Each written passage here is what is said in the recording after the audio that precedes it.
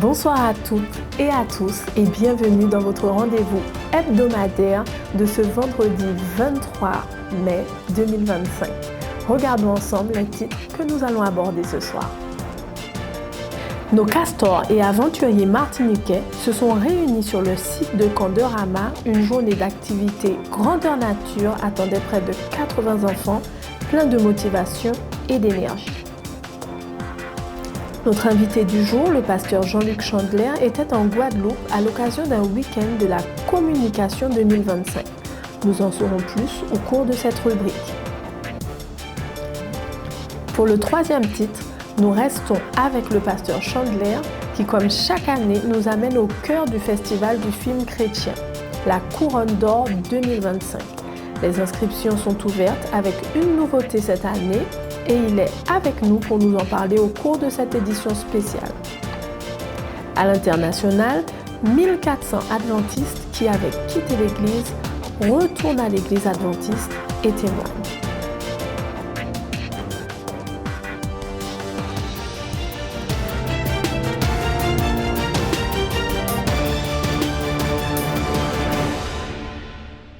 Le dimanche 18 mai dernier, près de 80 castors et aventuriers se sont retrouvés au site de Candorama pour une journée riche en activités et en émotions. Cette journée, proposée par les responsables des clubs de la fédération, fait suite à la journée des aventuriers et des castors de la veille, le samedi 17 mai. Regardons un résumé en images de notre reporter Eric, un reportage Espérance Média. Dimanche 18 mai. Près de 80 castors et aventuriers se sont retrouvés au site de Candorama pour une journée riche en activités et en émotions. Répartis en équipes et accompagnés de leur chef, les enfants ont d'abord participé à une grande chasse au trésor. Ils devaient trouver et ramener de la nature 10 feuilles différentes, 3 fruits secs, une fourmi vivante, un lézard vivant, et bien d'autres choses. Alors, nous sommes en train de célébrer le week-end des aventuriers, qui était de les rassembler, de les faire voyager. Le thème, c'était Voyage de foi. Et donc, hier, ils ont eu leur journée de sabbat. Et aujourd'hui, c'était de les rassembler pour pouvoir ensemble s'amuser, repenser à ce Dieu qu'ils servent, d'accord? Donc, c'était un peu ça pour la journée.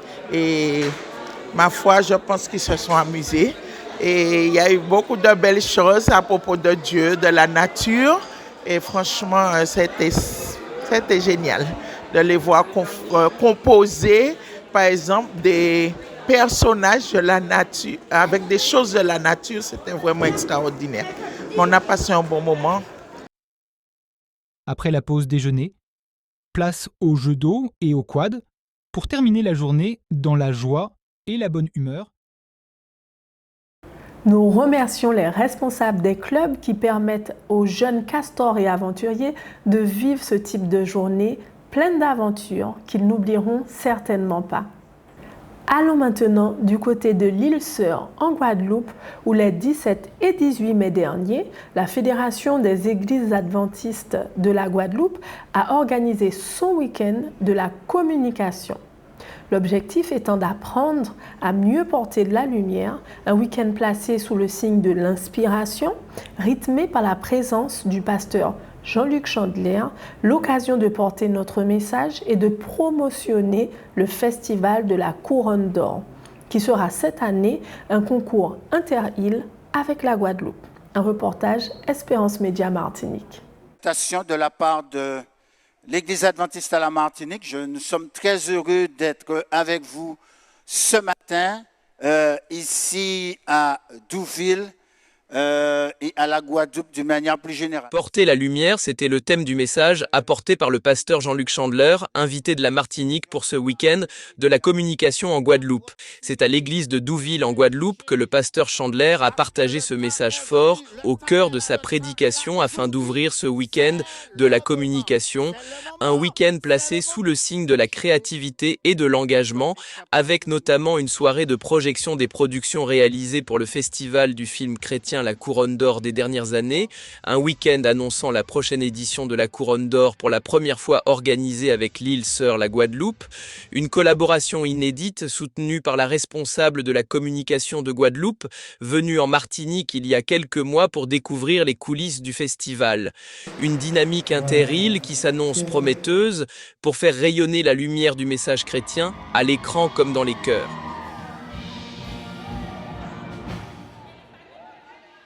Depuis 6 ans, le Festival du film chrétien La Couronne d'Or met à l'honneur les talents qui racontent leur foi à travers l'image. Cette année, pour la première fois, la Guadeloupe entre en scène dans une édition inédite, inter-île, qui aura lieu le samedi 13 décembre 2025.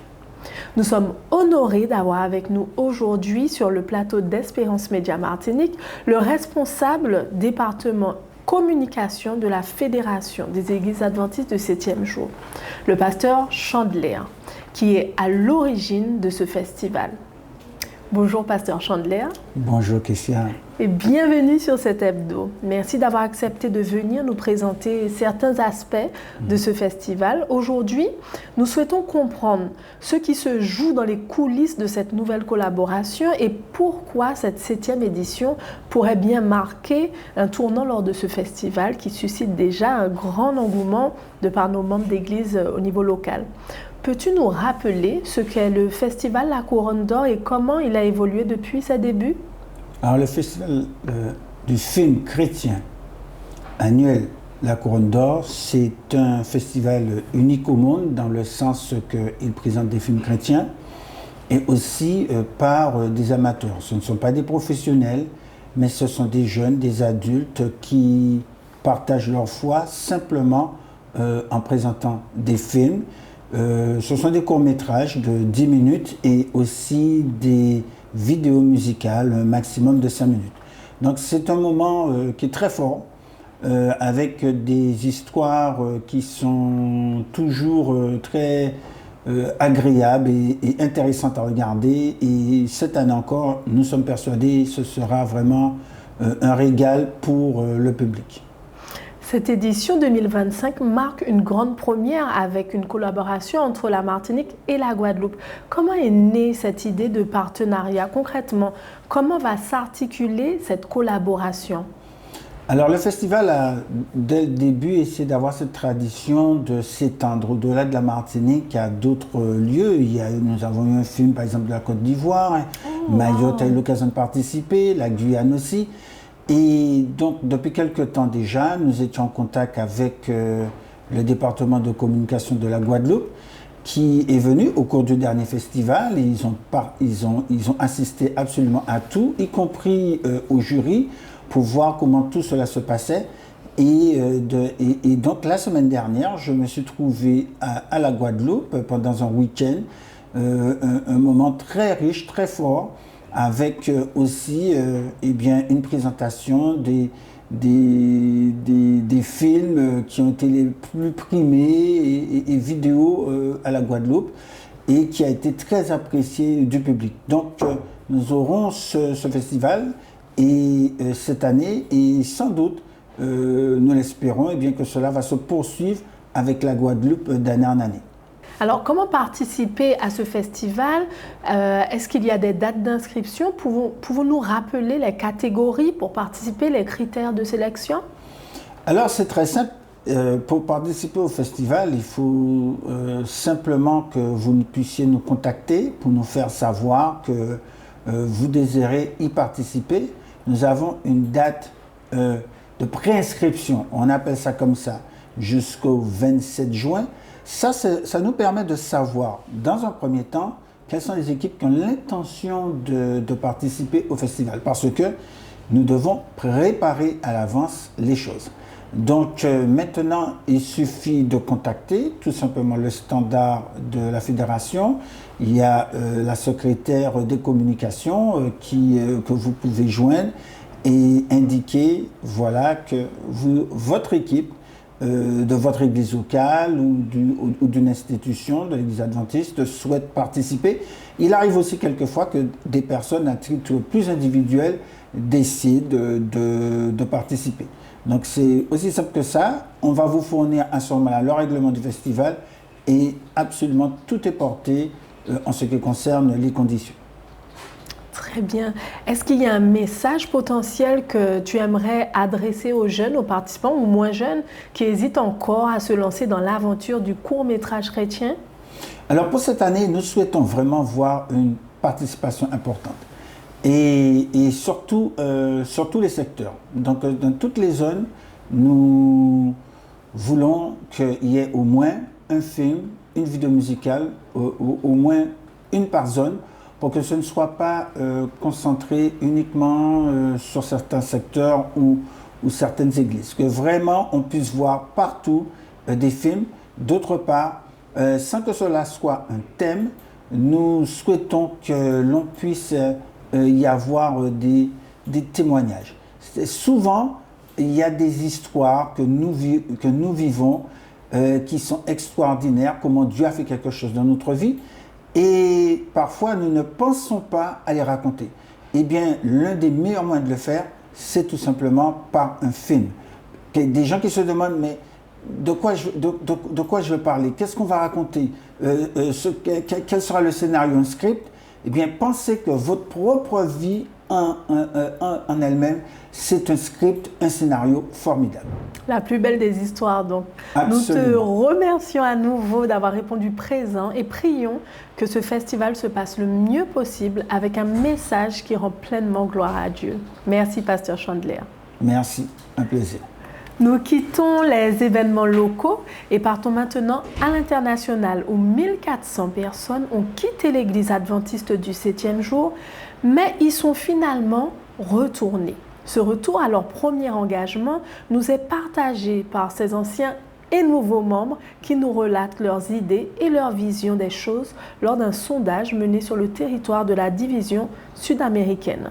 Un condensé d'informations et d'images réalisé par Espérance Média Martinique. C'est une initiative inédite menée au sein de la division sud-américaine de l'Église adventiste du 7e jour. Un vaste sondage a recueilli les témoignages de 1400 anciens membres qui, après avoir quitté l'Église, ont finalement décidé d'y revenir. Présentée lors du comité exécutif mi-annuel à Brasilia, cette enquête offre un éclairage nouveau sur les motivations profondes du retour à la foi. Parmi les enseignements majeurs, 62% des sondés évoquent un besoin de renouveau spirituel, un vide intérieur ou encore une réponse à la prière comme moteur de leur retour. À l'inverse, leur départ avait été souvent provoqué par des luttes personnelles, des conflits internes ou des expériences négatives au sein même de la communauté. Autre donnée, près de 53% affirment avoir été touchés par l'accueil chaleureux des membres et près de 46% par le soutien des dirigeants locaux. L'importance de la fraternité, de la bienveillance et des programmes d'église ressort nettement comme des leviers puissants de réconciliation. Ce sondage invite à une prise de conscience. Les liens humains, l'écoute et l'inclusion restent essentiels pour garder les cœurs connectés à Dieu. Une église accueillante et engagée est plus que jamais une église qui rassemble. Faisons maintenant un point sur vos émissions hebdomadaires. Au cours du podcast Les Sentiers du Bonheur, Eric et Sabrina abordent le thème « Compassion d'une maman ». Ce dimanche, ce sont les mamans qui sont à l'honneur. On a coutume de dire que la fête des mères, c'est tous les jours. Mais il est toujours utile d'avoir un jour en particulier durant l'année pour les honorer. Il y a dans tous les cas unanimité pour dire que le défi relevé par les mamans est à la fois difficile et passionnant. Elles, qui ont ce privilège d'enfanter et d'éduquer la génération suivante. Oui, la mission de la mère ne s'arrête jamais. Elle prend différentes formes au fur et à mesure que l'enfant grandit. Ainsi, l'adage qui dit « maman un jour, maman toujours » est tout à fait pertinent. Cette émission est l'occasion pour nous donc d'encourager toutes les mères, y compris celles qui le sont sans avoir physiquement enfanté. Elles partagent elles aussi, les joies et les peines de la maternité. Votre worship moment est déjà en ligne et vous est proposé par Merveille, un moment musical que nous vous invitons à écouter dès maintenant à travers cet extrait. Au-dessus des royaumes, au-dessus des trônes, au-dessus des merveilles que ce monde a connues, par-dessus tous les trésors de la terre, rien ne peut mesurer ta valeur. Crucifié, seul abandonné, tu as souffert, méprisé, rejeté, tel une rose foulée par nos pieds. Tu m'as sauvé, tu m'as aimé. Femme vertueuse, femme de valeur, ce samedi matin dès 7h avec comme invité Marlène Claude, des images Espérance Média. Tu sais, c'est de sa relation avec Dieu. Je dirais que de notre relation avec Dieu, parce que moi, comme j'ai dit au départ, je suis une femme de prière et je devance toujours l'aurore pour prier pour ma famille, prier pour mes enfants, chercher la protection. Et j'ai appris justement à... Je n'entends pas, je ne peux pas dire, je ne dirais pas que j'entends audiblement la voix de l'esprit me parler, mais l'instinct est là. Je sens quand il faut aller, qu'il ne faut pas aller. Quand il faut faire, qu'il ne faut pas faire. Et j'obéis simplement. Voilà. Écoutons Audrey pour les prévisions météo.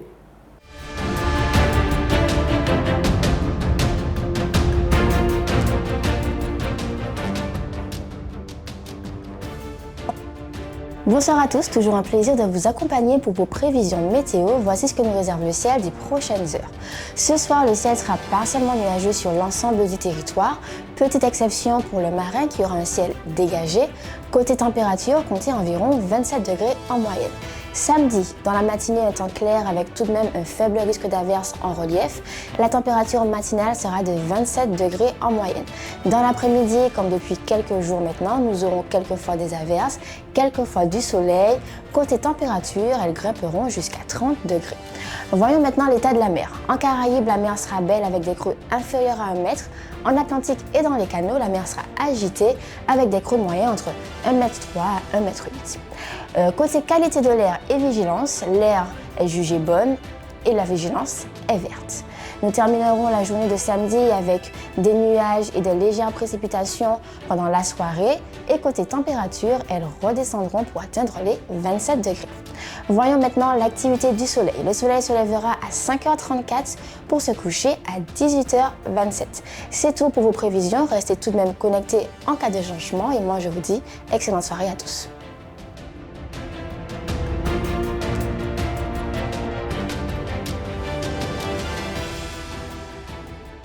Merci Audrey pour ce point météo. Je vous laisse avec le texte d'Ésaïe 41, verset 31. Mais ceux qui comptent sur l'Éternel renouvellent leur force. Ils prennent leur vol comme des aigles.